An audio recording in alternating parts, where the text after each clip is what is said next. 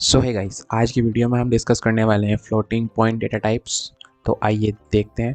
इससे पहले वाली वीडियोस के अंदर मैंने डेटा टाइप्स को डिस्क्राइब कर रखा है, किस तरह से डेटा टाइप वर्क करता है, डेटा टाइप होते क्या है। तो आप इससे पहले वाली वीडियोस के अंदर जाकर देख सकते हो।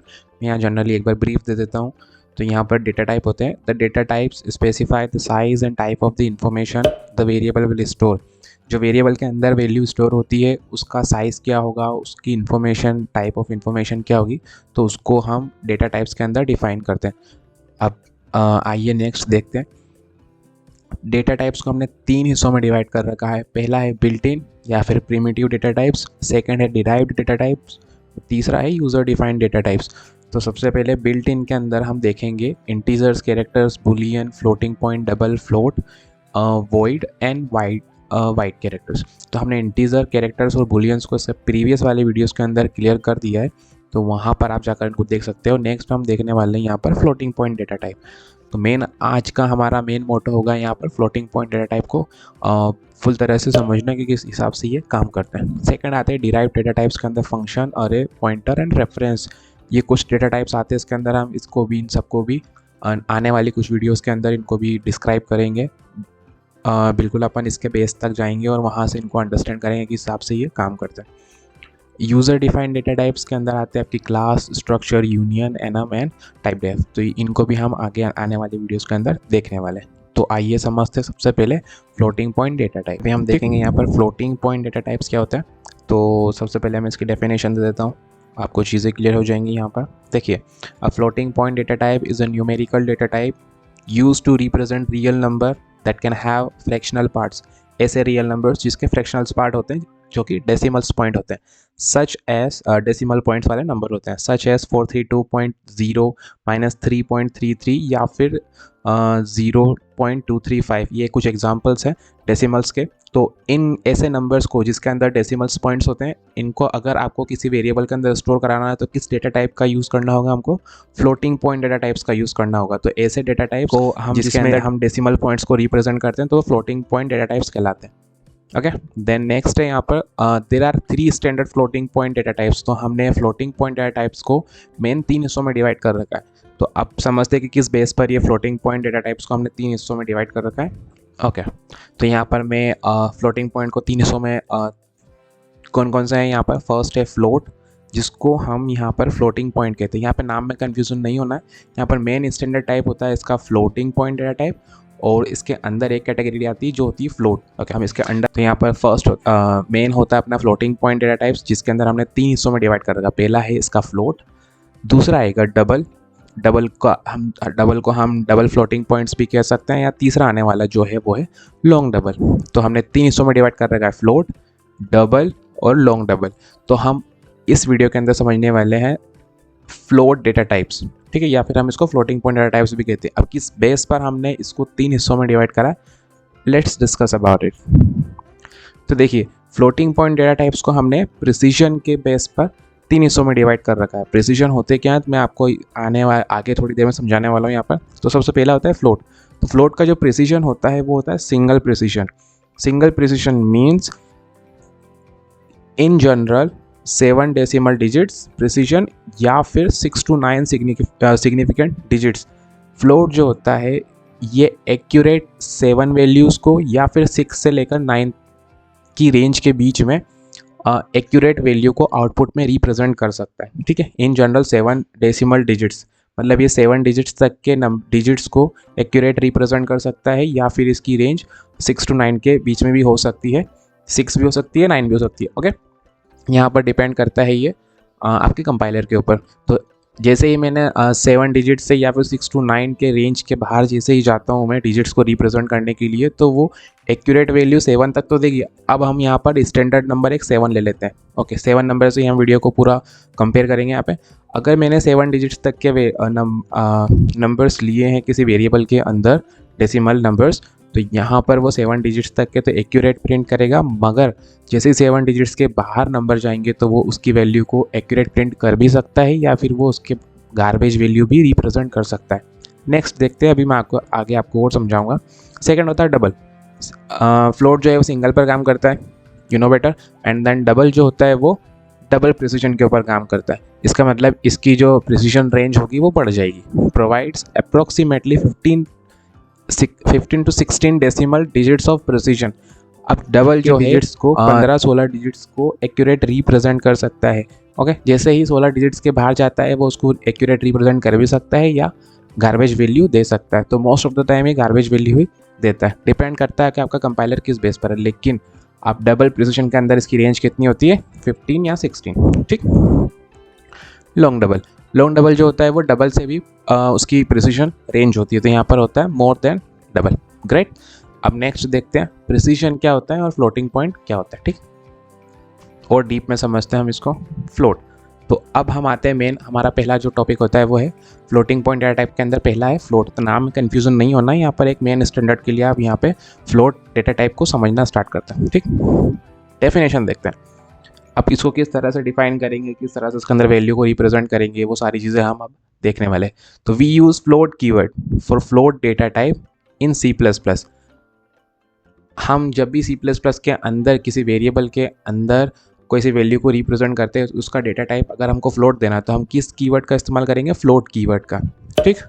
And floating point data types और ऑलवेज साइन। अब यहाँ पर फ्लोटिंग पॉइंट डेटा टाइप भी आ रहा है तो कंफ्यूज नहीं होना, नाम में ये फ्लोट ही है। And can hold negative and positive values. इसका मतलब ये है कि जब भी हम फ्लोटिंग पॉइंट डेटा टाइप्स को रिप्रेजेंट करते हैं, यहाँ पर मैं दोनों नाम ले रहा हूँ, फ्लोटिंग पॉइंट या फ्लोट, तो दोनों एक ही चीज़ है। जब भी हम फ्लोटिंग पॉइंट डेटा टाइप्स को रिप्रेजेंट करते हैं, फ्लोट को रिप्रेजेंट करते हैं, तो उसके अंदर हम नेगेटिव और पॉजिटिव वैल्यू दोनों को रख सकते हैं। तो यहाँ पर ऐसा कोई रिस्ट्रिक्शन नहीं है। तो यहाँ पर ये साइंड होती है, साइंड मतलब नेगेटिव पॉजिटिव, यहाँ पर दोनों नंबर्स को ये ले सकता है। ठीक।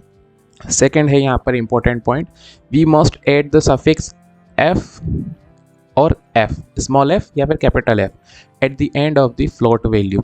जब भी हम किसी भी फ्लोट डेटा टाइप को रिप्रेजेंट करते हैं तो उसके अंदर जो आने वाली वैल्यू है उसके आखिरी में हम स्मॉल एफ या कैपिटल एफ का इस्तेमाल करते हैं। क्यों करते हैं? This is because the compiler interprets decimal values without the suffix x double.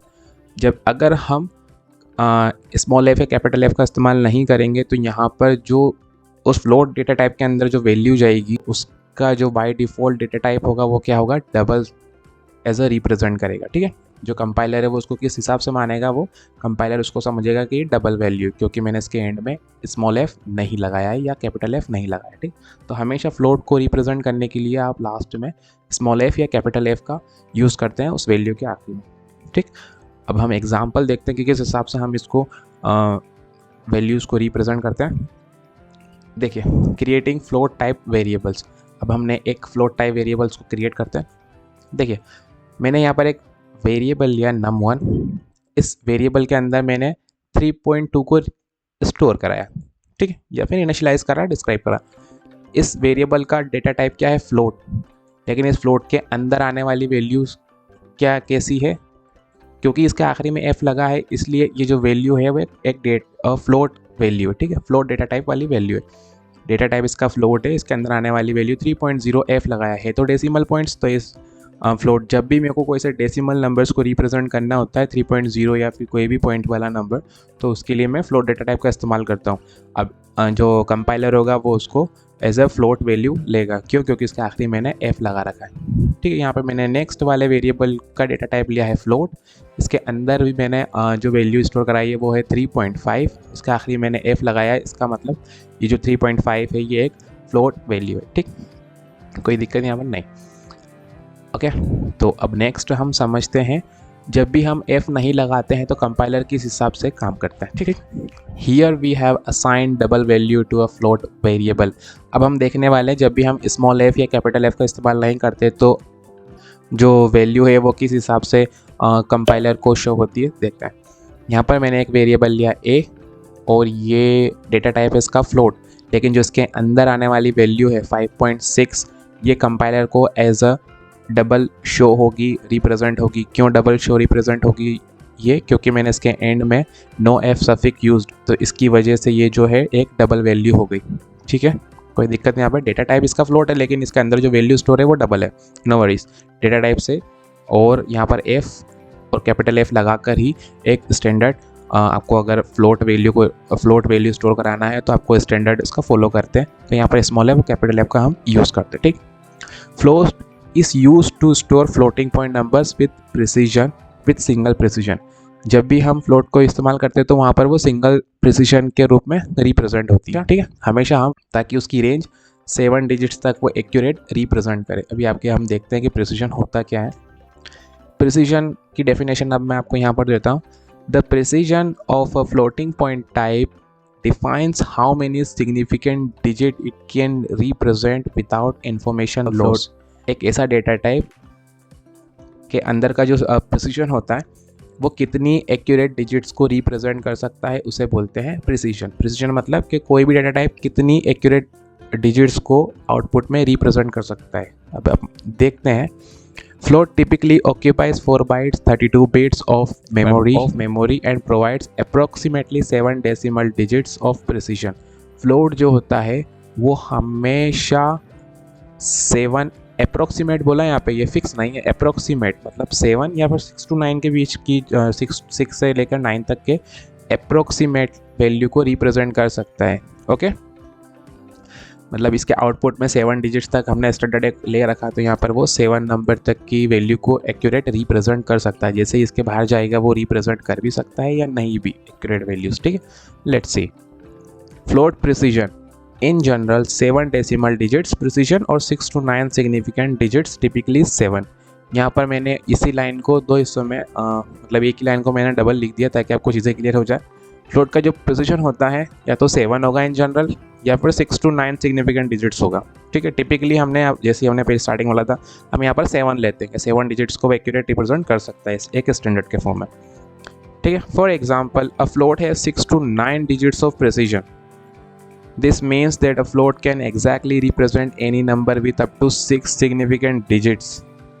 मतलब जो इसका 6 to 9 सिग्निफिकेंट डिजिट्स होती है, इसकी प्रिसीजन होता है, तो फ्लोट जो है वो 6 डिजिट तक तो एक्यूरेट वैल्यू को रिप्रेजेंट कर सकता है। A number with 7 to 9 significant digits, ऐसा नंबर जिसके अंदर 7 से लेके 9 सिग्निफिकेंट डिजिट्स है, 6 तक तो वो एक्यूरेट रिप्रेजेंट कर देगा, लेकिन जैसे ही 7 या फिर 7 के बाहर 9 तक जाती है, मे और may not be represented exactly depending on the specific value. या तो वो एक्यूरेट रिप्रेजेंट हो या फिर एक्यूरेट रिप्रेजेंट ना हो, तो ये डिपेंड करता है आपके कंपाइलर के ऊपर। या तो वो हो भी सकती है या नहीं भी, ठीक है। तो 6 तक तो एक्यूरेट रिप्रेजेंट कर ही देगा, ठीक। And number with more than 9 digits of precision, जैसे ही नंबर 7 से लेकर 9 तक का आता है डिजिट्स के अंदर, तो वो एक्यूरेट रिप्रेजेंट हो भी सकती है या नहीं भी, लेकिन जैसे ही वो 9 के बाहर जाता है तो will not definitely be represented exactly. जैसे ही वो 9 के बाहर जाता है तो वो एक्यूरेट रिप्रेजेंट नहीं होगी आउटपुट में, वो आपको गार्बेज वैल्यू देगा, ठीक। अब नेक्स्ट हम एग्जांपल में समझते हैं किस हिसाब से प्रिसीजन को हम सेट करते हैं, किस हिसाब से हमारा नंबर फ्लोट के अंदर आउटपुट के अंदर आता है, ठीक। ओके, तो नेक्स्ट हम आप देखने वाले हैं यहाँ पर एग्जाम्पल ऑफ प्रिसीजन का, प्रिसीजन के हिसाब से वर्क करता है। ओके, तो आपको ये चीज़ पता है कि मैंने एक मेन फंक्शन की एक बॉडी डिफाइन कर रखी है यहाँ पर, ये किस हिसाब से काम करती है मैंने इससे पहले वाली वीडियोस के अंदर बहुत डिटेल में जाकर मैंने ये समझा दिया है। ओके, लेट्स सी, मैंने एक मेन फंक्शन डिफाइन करा है यहाँ पर। मैंने एक डेटा टाइप लिया फ्लोट और उसके अंदर वेरिएबल क्या है, एक ए वेरिएबल लिया मैंने, उसके अंदर मैंने जो है 13 डिजिट्स, यहाँ पर आप काउंट कर सकते हो कितने डिजिट्स हैं। इसके आखिरी में मैंने एफ लगाया इसके अंदर। इसका मतलब ये है कि जो वेरिएबल है ये किस डेटा टाइप का है, फ्लोट डेटा टाइप का है, और इसके अंदर आने वाली वैल्यूज़ जो है वो फ्लोट टाइप की वैल्यूज़ है। तो जो कंपाइलर है वो इसको एज अ फ्लोट एक्सेप्ट करेगा, ठीक। क्रिएटिंग फ्लोटिंग वेरिएबल, ठीक है। यहाँ पर आप किस हिसाब से डिफाइन हुआ है आपको जनरली पता ही है, क्योंकि इससे पहले वाली वीडियोस को आप देख चुके होंगे, आई होप सो। तो क्रिएटिंग फ्लोटिंग वेरिएबल, हमने एक फ्लोटिंग वेरिएबल को क्रिएट करा। अब यहाँ पर आउटपुट देना चाहता हूँ मैं, तो मैंने सी आउट का इस्तेमाल करा। यहाँ पर फ्लोट टाइप ऑफ वेरिएबल या आउटपुट में एज इट इज़ आएगा, क्योंकि ये डबल कोटेशन के अंदर लिखा हुआ है, ठीक। यहाँ पर वैल्यू किसके आउटपुट के अंदर रिप्रेजेंट होगी, ए की, और ए के अंदर वैल्यू की कौन सी गई है यहाँ पर 3.912348239239F जो भी यहाँ पर है। तो देखते हैं इसका आउटपुट किस हिसाब से काम करता है। रिटर्न 0 कर दिया इन जनरल, आप नॉर्मल अंडरस्टैंडिंग है। मैंने यहाँ पर प्रोग्राम कंप्लीट करा, मैंने पूरा प्रोग्राम नहीं लिखा, यहाँ पे हेडर्स फाइल वगैरह नहीं लिखी है, मैंने सिर्फ उसकी मेन फंक्शन की बॉडी दी है ताकि आपको चीज़ें आसानी से समझ में आ जाए। आउटपुट किस हिसाब से रिप्रेजेंट होगा यहाँ पर देखिए, फ्लोट वैल्यू ऑफ ए। आपको पता है कि फ्लोट का जो प्रिसीजन होता है वो 7 डिजिट्स तक की वैल्यूज़ को रिप्रेजेंट कर सकता है डिपेंडिंग ऑन योर कंपाइलर, उसकी रेंज क्या होगी, ठीक है। यहाँ पर देखिए 3.912535 कितने डिजिट्स हैं यहाँ पर, 3 और 6 डिजिट्स हैं यहाँ पर, तो यहाँ पर उसने 6 डिजिट्स को रिप्रेजेंट करा है आउटपुट के अंदर। मैं चाहूँ तो इसकी रेंज बढ़ा भी सकता हूँ, मतलब पूरी वैल्यूज़ को ला भी सकता हूँ। यहाँ पर जितनी 13 के 13 वैल्यू है यहाँ पर मैं उसको ला सकता हूँ। 13 है, मैंने काउंट करी नहीं, मैं एक अप्रॉक्सीमेट नंबर बोल रहा हूँ जो यहाँ पर लिखा हुआ है। Let's count 1 2 3 4 5 6 7 8 9 10 11 12 13। मैं चाहूँ तो यहाँ 13 की 13 वैल्यू ला सकता हूँ, लेकिन वो 13 वैल्यू एक्यूरेट नहीं देगा, वो 6 तक की वैल्यूज़ को एक्यूरेट देगा। 7 8 9 की वैल्यूज़ को वो एक्यूरेट दे भी सकता है या फिर नहीं भी देगा, लेकिन जैसे ही वो 9 डिजिट्स के बाहर जाएगा वैसे ही वो गार्बेज वैल्यू देना स्टार्ट कर देगा। तो वो भी हम देखेंगे अभी आगे। तो क्योंकि फ्लोट का प्रिसिशन होता है 6 डिजिट, यहाँ पर कंपाइलर जो है वो 6 डिजिट के हिसाब से चल रहा है, तो यहाँ पर उसने 6 डिजिट को आउटपुट में रिप्रेजेंट कर दिया। अब मैं चाहता हूँ इसकी वैल्यूज़ को आगे बढ़ाना, तो देखते हैं सेट प्रिसीजन। अब मैं यहाँ पर प्रिसीजन सेट करूँगा कि मेरे हिसाब से जैसे वहाँ पर कंपाइलर के हिसाब से काम करा उसने, कि उसने ऑटोमेटिकली उससे 6 डिजिट्स को आउटपुट में रिप्रेजेंट कर दिया। लेकिन अब मैं चाहता हूँ यहाँ पर कि 13 के 13 डिजिट्स रिप्रेजेंट हो आउटपुट में with the help of float data type. मेरे को डेटा टाइप फ्लोट ही रखना है, लेकिन आउटपुट में कितने डिजिट्स को रिप्रेजेंट करना है, 13 डिजिट्स को। Let's see.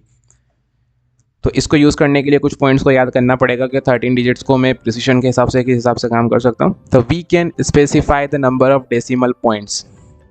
हम डेसिमल पॉइंट्स के नंबर को स्पेसिफाई कर सकते हैं points to print and cout by using the set precision. हम सेट प्रिसीजन फंक्शन का इस्तेमाल करेंगे यहाँ पर कि हम हमारी जो 6 डिजिट वाला फ्लोट है वो 13 डिजिट्स को रिप्रेजेंट करे।